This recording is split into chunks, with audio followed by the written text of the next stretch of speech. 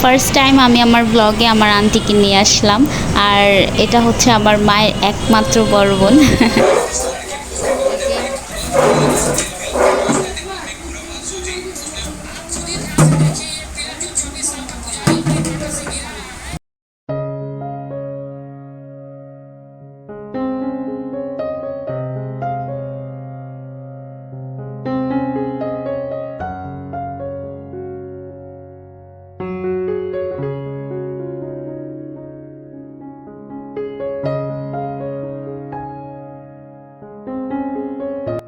এখন হচ্ছে 11:30 বেজে গেছে। আমি ঘুম থেকে উঠছিলাম 10:17-তে। তো আরশিয়া আর হুজাইফা উঠছে। হুজাইফা আরও আগে উঠছে। আরশিয়াকে ব্রাশ করতে দিচ্ছি। আর হুজাইফার জন্য হচ্ছে ডিম পোস্ট করে নিছি। হুজাইফাকে এখন এটা খাওয়াবো। আর হুজাইফাকে এখন ডিম পোস্ট খাওয়াবো। আর ওদের জন্য হচ্ছে একটু কী করবো চিন্তা ভাবনা করতেছি। সুজি রান্না করবো নাকি দেখি কী করা যায়। এখন হচ্ছে রেডি হয়ে তারপর বের হবো আজকে।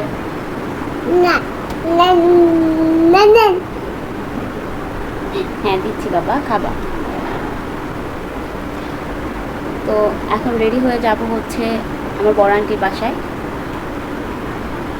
আজকে আম্মু, আমি আর আমার আন্টি সহ আমার হচ্ছে আঙ্কেলকে দেখতে যাব। খুব অসুস্থ, উনি হসপিটাল থেকে বাসায় ফিরছে, তো ওনাকে দেখতে যাব। তো আমি হচ্ছে রেডি হয়ে নিলাম। আর হুজাইফারে ফুল রেডি করছিলাম, আবার ওর প্যান্ট খুলে দিছি। ওর ডাইপার হচ্ছে যাওয়ার সময় কিনে নিব, ডাইপার বাসায় নাই, তো আবার প্যান্ট খুলে রাখছি। ওর পাপা আবার বসে ঢুকছে। আমি বের হয়ে যেতে চাইছিলাম, এখন আবার আমাকে বাধা দিচ্ছে। এদিক থেকে আম্মু বারবার ফোন দিতেছে, কোনো আমি ঠিক করতেছি না, দিবে বকা দিবে অনেক। না রিসিভ করে তো আরও ভুল করছে, এখন আরও রাগারাগি করবো। এই যে আরশিয়া রেডি হয়ে আছে, আমরা সেই 1 ঘন্টা যাবত রেডি হয়ে বসে আছি। কি বাবা! আর এদিক থেকে মেঘ করছে অনেক আকাশে, এনি টাইম বৃষ্টি নামতে পারে। কী করবো বুঝতেছি না। আমার জন্য আবার আম্মুকে যদি আটকা পড়া যায়, মানে আমার তো বকাচকা শেষ হইব না। আমার আঙ্কেলকে দেখতে যাচ্ছি। আর আমার আঙ্কেলকে আমি বাবা বলেই ডাকি। আমার বিয়েতে উনি উকিল বাবা হিসেবে ছিল। তো বাবা হচ্ছে কিছুদিন আগে হার্ট অ্যাটাক করছে, ওনাকে এখন বাসায় নিয়ে আসা হয়েছে, ওনাকে দেখতে যাচ্ছি। তো ওই বাসায় যেয়ে আমি আর ভিডিও শ্যুট করবো না।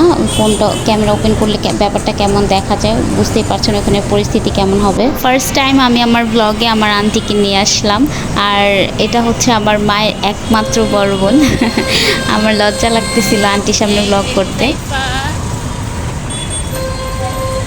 আমরা হচ্ছে বনশ্রী যাচ্ছি।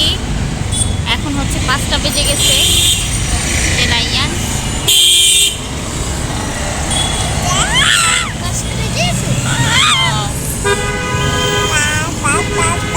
সমাবেশের কারণে আজকে রাস্তায় প্রচুর জ্যাম। আমার বাসা থেকে আন্টির বাসায় যেতেই প্রায় আমার 1.5 ঘন্টা সময় লাগছে, যেখানে 15 থেকে 20 মিনিট লাগে সর্বোচ্চ। আন্টির বাসা থেকে খাওয়া দাওয়া করে বের হয়ে পড়ছি। আর এই জ্যামে কাটছে এতক্ষণ সময়। এখন প্রায় 2 ঘন্টা হয়ে আসতেছে আমাদের বনশ্রী যেতে, চাংখারপুল থেকে। এখন হচ্ছে 11:30 বেজে গেছে। আর আন্টির বাসায় চলে আসছি। আমরা বনশ্রী থেকে চলে আসছি, আন্টির বাসায় আসলাম।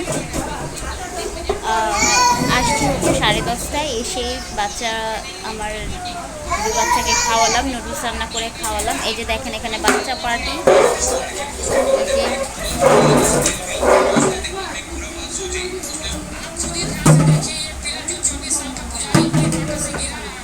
দেখেন কি করতেছে ওটা, দেখেন।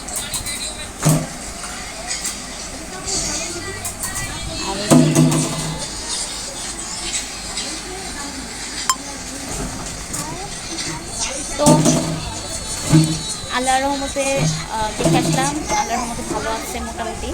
আল্লাহ যাতে ওনাকে সুস্থ করে দেয় পুরোপুরি, এটাই আশা করছি, এটাই দোয়া করছি।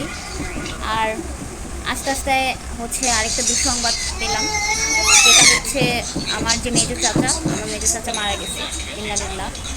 তো আর শরীরটা অনেক টায়ার্ড হয়ে গেছে। আজকে জার্নি খুবই লম্বা ছিল, খুবই লম্বা, জ্যামে দিন কাটছে। আর আজকে সমাবেশ ছিল। রাইয়ান পড়ে যাবে, ওই হয়েছে থাক। তো আজকে সমাবেশের কারণে রাস্তায় প্রচুর পরিমাণ জ্যাম ছিল। এই বাচ্চাদের নিয়ে জ্যামে রিক্সায় বসে থাকতে অবস্থা খারাপ হয়ে গেছে। এখন কোথায় যাব বুঝতেছি না, অনেক রাত হয়ে গেছে। যাবো তো আম্মুর সাথেই, তো বাসায় যাব।